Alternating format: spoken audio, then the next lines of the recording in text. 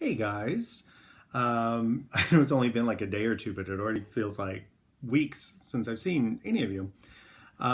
So obviously the landscape of in-person classes have changed significantly over the last couple of days. But most of the places where I'm teaching are shifting into sort of a virtual online format. So definitely follow Holy Cow Yoga, Urban Yoga, Studio 33, and probably every other studio in town where you practice, just to stay up to date on, I guess now, reopenings, since I think everything is closed, and also the offerings of sort of alternative ways to practice. What I wanted to kind of offer up today is a meditation that could come very handy during this time of self-quarantine. It's going to be based on the loving kindness meditation. I can't take full credit for shifting the attention of this to the coronavirus. One of my favorite teachers, Lojo Rinsler, offered it up, and I've just been practicing it on my own. I want to talk a little bit first, and then I'll post the meditation separately, so if you don't want to hear this yammering, you can just go right to the meditation.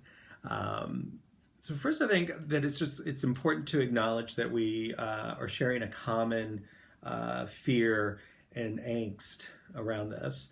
I'm always suspicious of people that fall on either end of the spectrum. The people that deny that anything's wrong and it's hype, blah blah blah. Could be not.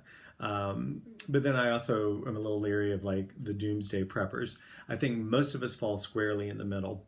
And I think it's important to acknowledge that we have not just fear, but uncertainty and grief and anger and all of these things. I think it's important to sit in those feelings and to process them, but not to be consumed by them.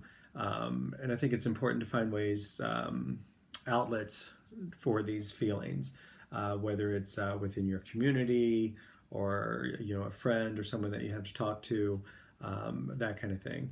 I think it's important to remember that fear is just as contagious as this virus. And we're so obsessed with soap and hand sanitizer right now, but we kind of need hand sanitizer for our mentality around this. So a few things I think important is to maintain self-care, to continue to do things that feel good to you and feel that are good for you, moving, breathing, eating well, etc. I'm allowing myself to indulge a little bit. I think I only had 2 breakdowns yesterday, and only one of them involved tears.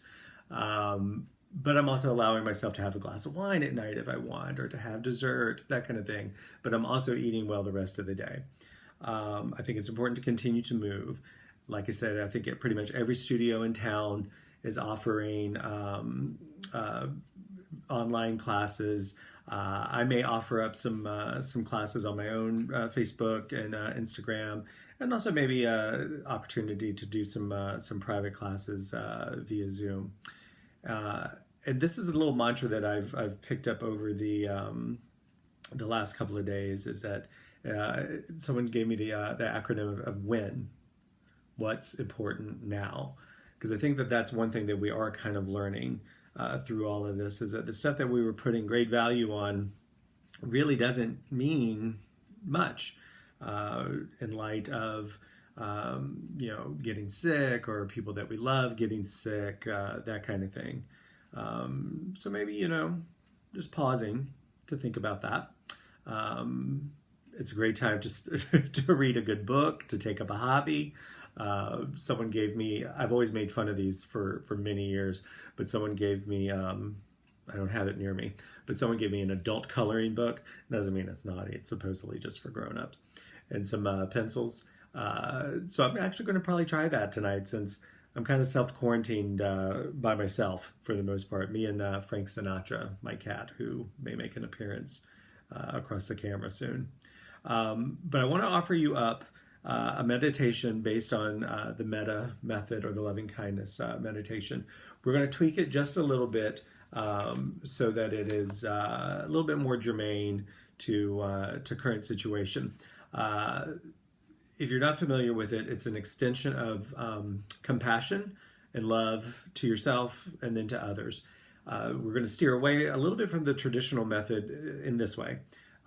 First, you'll offer it to yourself because you have to be patient and compassionate with yourself before you can spread this to anyone else. So we'll do it to ourselves first. Then we'll extend it to our benefactors, and typically it's one person, but I say we'll extend it to whoever you love, family, friends, pets, whatever. Thirdly, this is where it could get a little tricky, of where we're going to extend it to people that are currently affected by this virus, the virus itself. It could be someone that you know. It could be the friend or loved one of someone that you know. It could just be the story of someone that you saw on the news. It doesn't have to be someone you personally know. And then lastly, we'll extend it to all beings around the planet. So I'm going to take a pause on this, and then I'll post the second part will be the actual meditation.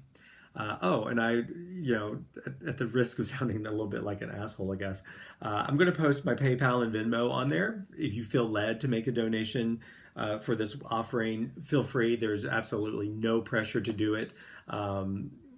It's just like everyone else. Like, we're trying to keep income coming in. So if you do it, namaste and thank you. If you don't do it and you still benefit from this, namaste and thank you. All right, so be right back. BRB.